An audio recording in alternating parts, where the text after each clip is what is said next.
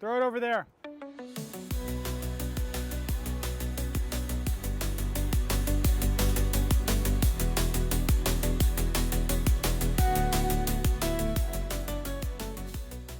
Hi everyone. So today's video is about creating something a little bit unusual for me, which is saying something, I guess, because I like 3D printing just about everything.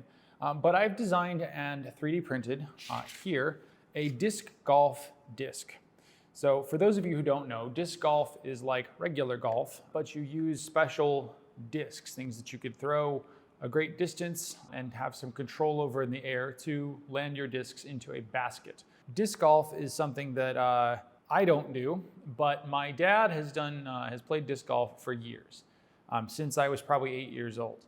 So it's been a really long time, and I'm gonna be going home for Christmas, and I wanted to try and create a secret, really cool gift for him, which would be a 3D printed disc golf disc that his son designed. How did I do this? And will it work? We're going to find out. The first thing I did, because I didn't want to just create any random thing and hope that it works as a Frisbee, is spend a little bit of time doing research. And so I discovered that the Professional Disc Golf Association, which is the governing board for the sport of disc golf, has a set of standards and specifications required for designing and manufacturing a disc.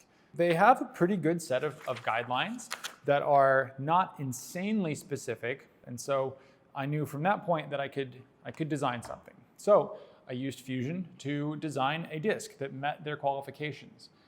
For example, in the middle of the disc, it can have between a 50 and 100 centimeter diameter flight plate, which I didn't know was a thing before, but what it is now is just a flat plate in the middle, and it has to have a thickness of at least 5 millimeters. And so on mine, I have a flight plate that is exactly 10 centimeters and exactly 5 millimeters thick. When you're given, the option of a bigger flight plate, I guess you take it. The other side of this is that when I printed this, as you can see here, there's quite a lot of support under this. And I'll be honest, I don't know how well this is going to come off of the model. I don't know what kind of finishing I'll need to do, and we're going to discover that in a moment. But first, I want to see, can we remove this from the plate? TPU can be challenging, although that's a good sign. So far, so good. Okay. Great, and we've got our disc off. So ideally, I can do this without needing too much post-processing. And for those of you who are younger watching, post-processing just means stuff you need to do after you complete something. In this case, it would mean like sanding or cutting off extra pieces, but it can mean lots of different things depending on the industry that you are referring to. So I get the sense that once I kind of get a foothold on it, I can get more off. But I think I'm going to be here for quite a few minutes. Okay, that was a good breakthrough. 5 minutes later, and I am nearly there with the bulk of the material. You can see that there is still, there are these remnants of things, but we're getting there with most of the big material. About 13 minutes later, there is extra junk here, and I will take off a bit more of that before going outside to test this disc. So I've arrived outside with a little bit of light to spare. And before I give this a throw, I wanted to just kind of show off how this is a flexible material. The point of a disc like this being flexible, as far as I know, primarily is so that it can hit a tree or something and won't just shatter.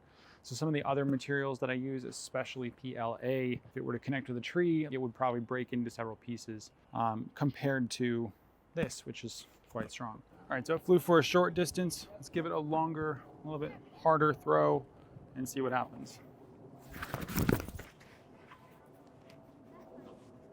Let's do another test. So, let's go.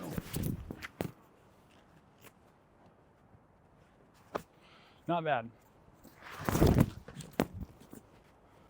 I mean, it was low because I've forgotten how to play disc golf, but I'd say it's all right.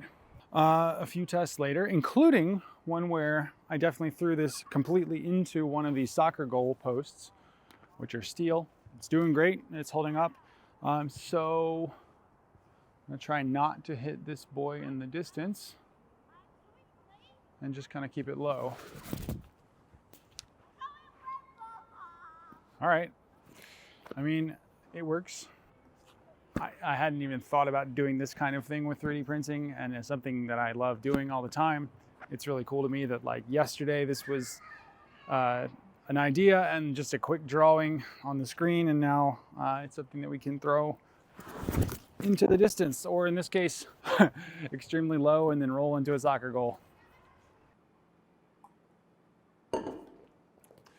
So I have returned from my scientific testing outside, and I can elaborate on the performance.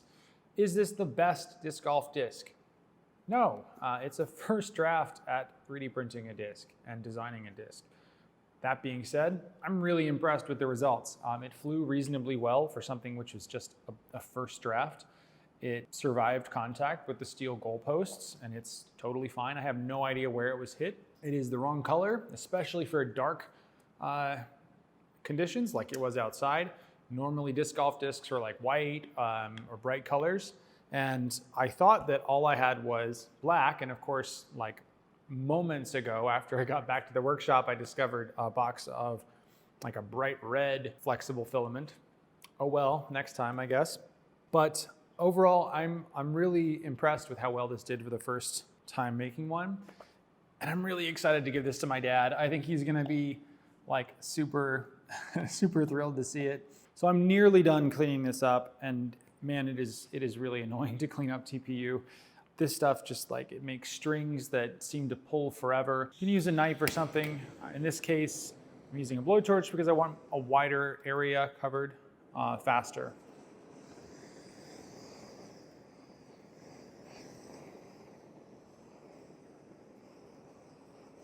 I'm not going to leave this on a particular area too long. I don't want to burn this. I do want to burn the junk off, but I'm not trying to melt my disc or anything like that. I should also add, if you've never used a blowtorch before, this is not the time to begin without any kind of prior knowledge, and especially watching me, what I'm doing like right now, kind of jumping around, touching areas. I have done this kind of thing before. I know how hot something's going to be. You really don't want to, crack into a blowtorch for your first time with this kind of handling. All right. Anyway, that's all for today. Later. Blowtorch and do that. Hey there.